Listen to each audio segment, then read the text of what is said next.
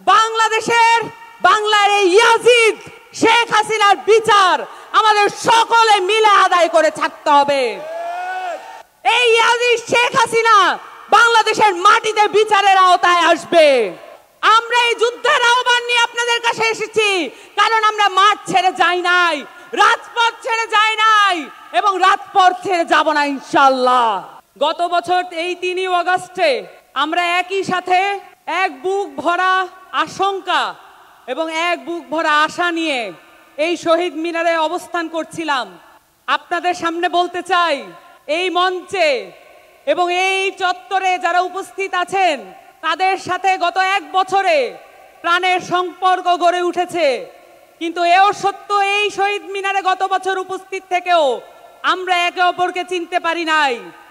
কিন্তু এই গণ অভ্যুত্থান আমাদের সকলের প্রাণকে একত্র করে দিয়েছে। আপনাদের সাথে আমাদের এই আত্মিক সম্পর্ক কখনো মোছার নয়। শহীদের আকাঙ্ক্ষা দিয়ে, শহীদ পরিবারের চাওয়া দিয়ে একটি রাজনৈতিক দল হিসেবে এনসিপি গড়ে উঠছে। আহতদের পরামর্শের ভিত্তিতে এনসিপি গড়ে উঠছে এবং সেই সাথে প্রতিটি জেলায় যত ভাই বোনেরা রাস্তায় নেমে এসেছিলেন, যত শহীদ পরিবাররা আমাদের সাথে দেখা করার জন্য আকাঙ্ক্ষা নিয়ে বসেছিলেন, সকলের সাথে আমরা দেখা করে এসেছি। এবং আমরা এও বলতে চাই, আমরা বাতাসের আধ্যাত্মিক মর্যাদা বুঝি।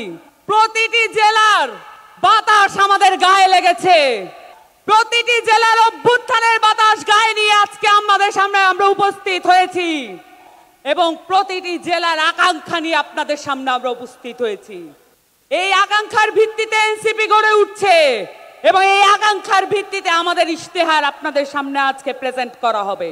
আপনাদেরকে আজকে আমি দুটো বিষয় নিয়ে কথা বলতে চাই। আপনারা জানেন, এই গণ অভ্যুত্থান তৈরি হয়েছিল বাংলাদেশের শিক্ষা ব্যবস্থা এবং সেটার থেকে তৈরি হওয়া ধ্বংসপ্রাপ্ত একটা চাকরি ব্যবস্থান কেন্দ্র করে।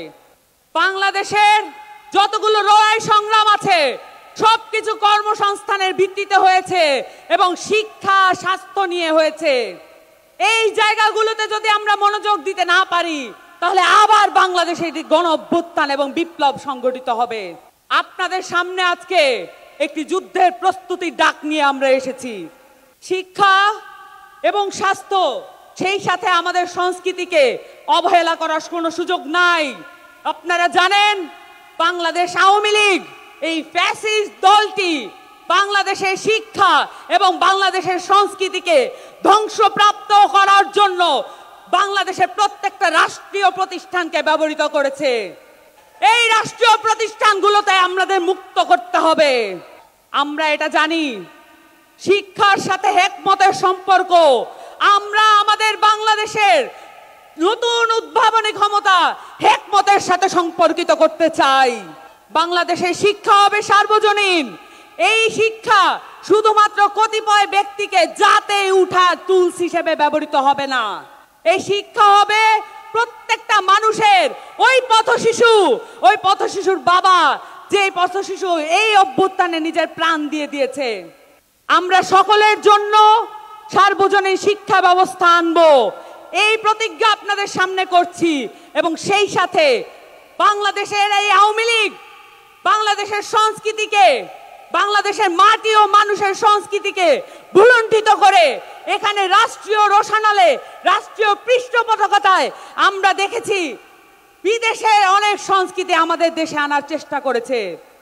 আমরা দেখেছি বাঙালি জাতীয়তাবাদের নামে বাংলাদেশে একটি এমন সংস্কৃতি গড়ে তোলা হয়েছে যেখানে আমাদের মাইজ ভান্ডারি গান নাই, যেখানে আমাদের আব্দুল করিমরা নাই, যেখানে আমাদের রমেশ শীলরা নাই। আমরা এমন সংস্কৃতি গড়ে তুলতে চাই যেখানে আমাদের গণ অভ্যুত্থানের কথা লেখা থাকবে, যেখানে আমাদের গণ অভ্যুত্থানের সংস্কৃতি লেখা থাকবে। এবং সেই সাথে আপনাদের সামনে আজকে ঘোষণা দিতে চাই, বাংলার এই ইয়াজিদ শেখ হাসিনার বিচার আমাদের সকলে মিলে আদায় করে ছাড়তে হবে। এই ইয়াজিদ শেখ হাসিনা বাংলাদেশের মাটিতে বিচারের আওতায় আসবে। আমরা এই যুদ্ধের আহ্বান নিয়ে আপনাদের কাছে এসেছি, কারণ আমরা মাঠ ছেড়ে যাই নাই, রাজপথ ছেড়ে যাই নাই এবং রাজপথ ছেড়ে যাব না ইনশাআল্লাহ।